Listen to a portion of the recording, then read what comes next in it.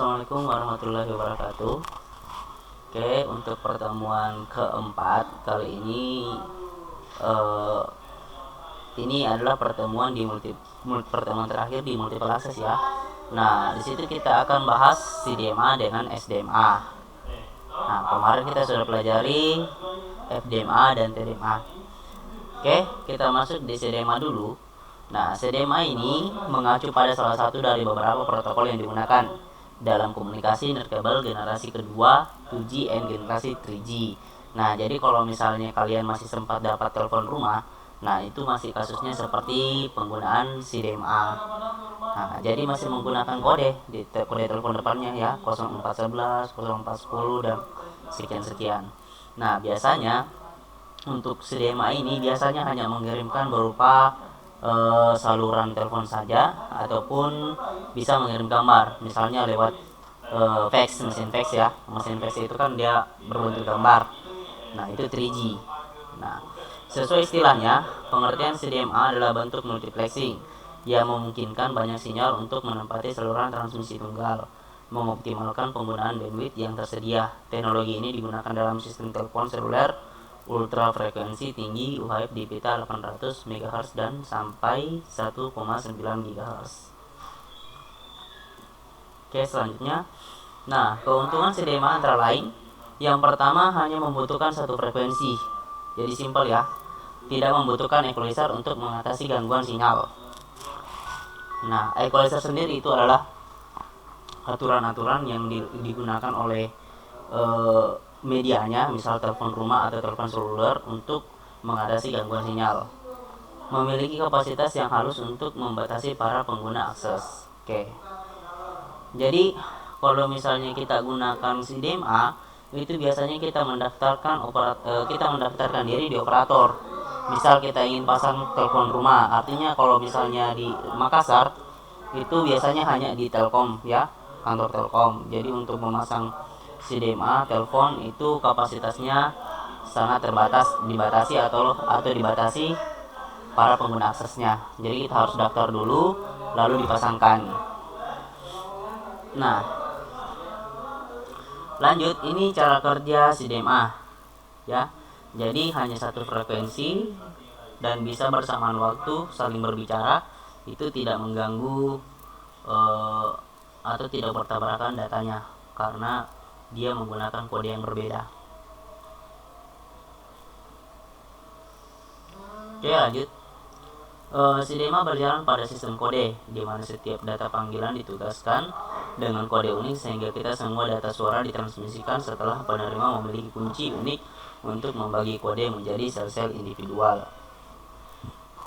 Oke, jadi kalau misalnya di saat yang bersamaan atau di waktu yang bersamaan ada beberapa orang yang menelpon, misal si A menelpon ke B, C menelpon ke D, E menelpon ke F di dalam satu frekuensi dan di waktu yang sama, itu hanya dibatasi oleh kode saja, sehingga ada password untuk menghubungkan atau melakukan komunikasi dengan orang yang dituju. Nah, CDMA dianggap memiliki teknologi yang lebih maju karena mampu menawarkan kecepatan transfer suara dan data yang lebih cepat dan lebih jelas. Juga memberikan keamanan lebih karena enkripsi dari setiap panggilan telepon. Nah, untuk pengembangan CDMA sendiri itu sekarang sudah sampai ke tahap IndiHome ya. Jadi kalau misalnya kayak IndiHome itu masih menggunakan CDMA bukan GSM. Jadi ada nomor teleponnya atau ada kodenya yang didaftarkan oleh Telkom. Oke, kita masuk di SDMA. Nah, SDMA sendiri itu metode akses channel berdasarkan atau menciptakan pipa spesial paralel melalui multiplexing dan atau keragaman spasial, di mana ia mampu menawarkan kinerja yang unggul di radio sistem komunikasi akses jamak. Contohnya penggunaan SDMA ini adalah GSM. Sistem jaringan bergerak seluler tradisional base station tidak memiliki informasi tentang posisi unit mobile dalam sel dan memancarkan sinyal ke segala arah. Nah, kalau misalnya kita memiliki handphone yang menggunakan kartu GSM, nah sekarang kan kalau CDMA sudah ada juga yang menggunakan handphone, tapi kalau sistemnya GSM dia penyebaran sinyalnya itu ke segala arah. Beda kalau CDMA itu biasanya area-area tertentu saja yang memiliki akses jaringan itu. Nah, dalam jaringan seluler GSM, base station menyadari jarak tetapi bukan arahnya ya, jaraknya dari ponsel dengan menggunakan teknik yang disebut timing advance. Base station transmitter dapat menentukan beberapa jauh mobil station adalah dengan menafsirkan laporan dari timing advance. Ini ya contohnya, contoh penyebaran sinyalnya dari GSM.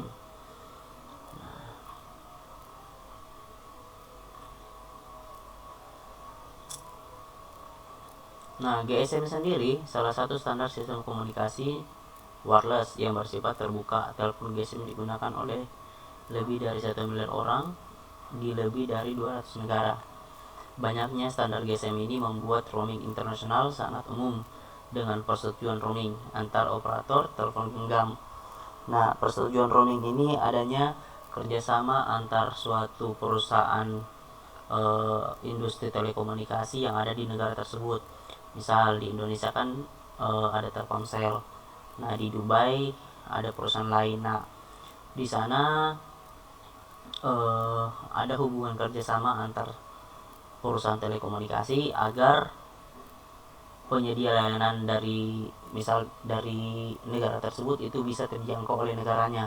Misal kita dari Indonesia ingin pergi umroh atau pergi haji, itu kartu kita Telkomsel. Nah, kalau misalnya kita berada di negara lain atau di negara Arab di sana, itu tidak perlu lagi mengganti kartu dengan menggunakan bawaan dari kartu telekomunikasi di sana. Cukup untuk kartu Telkomsel saja karena itu sudah ada persetujuan roaming antar negara.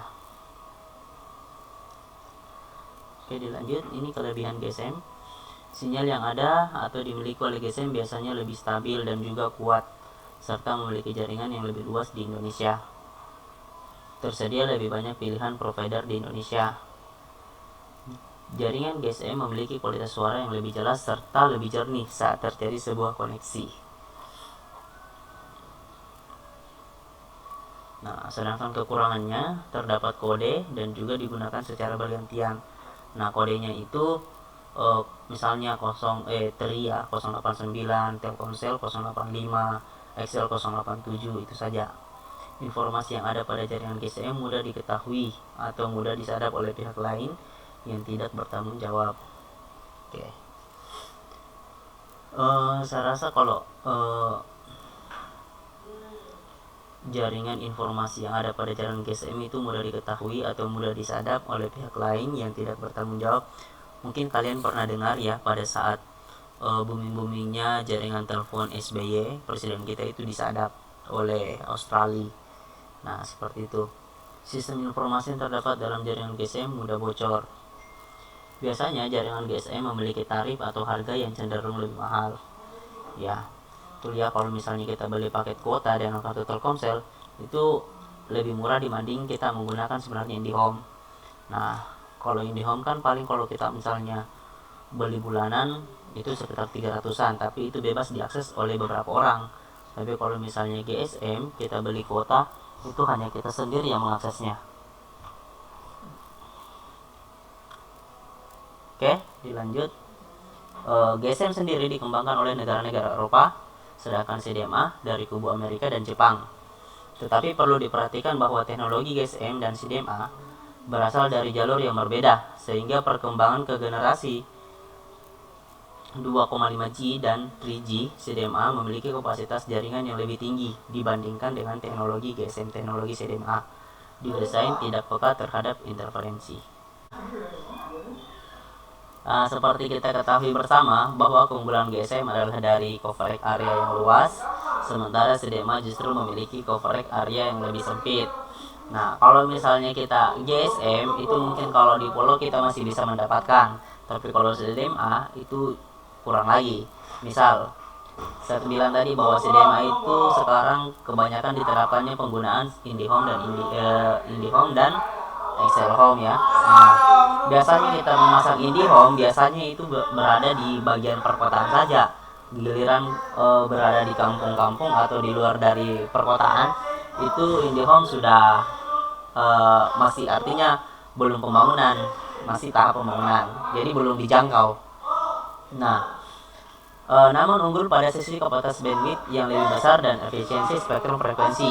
Diharapkan dengan begitu, layanan mampu mencakup area yang cukup luas dan mampu mentransfer data lebih besar dan lebih cepat.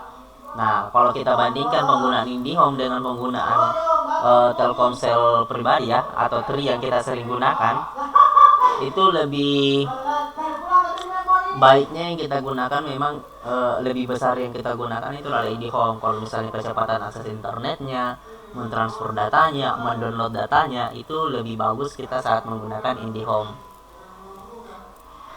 Oke, pertemuan kita untuk hari ini cukup dulu sampai di sini. Saya harapkan anak-anak bisa masih mencatat materi yang tadi ya. Oke, sekian, wabillahi taufiq wal hidayah. Assalamualaikum warahmatullahi wabarakatuh.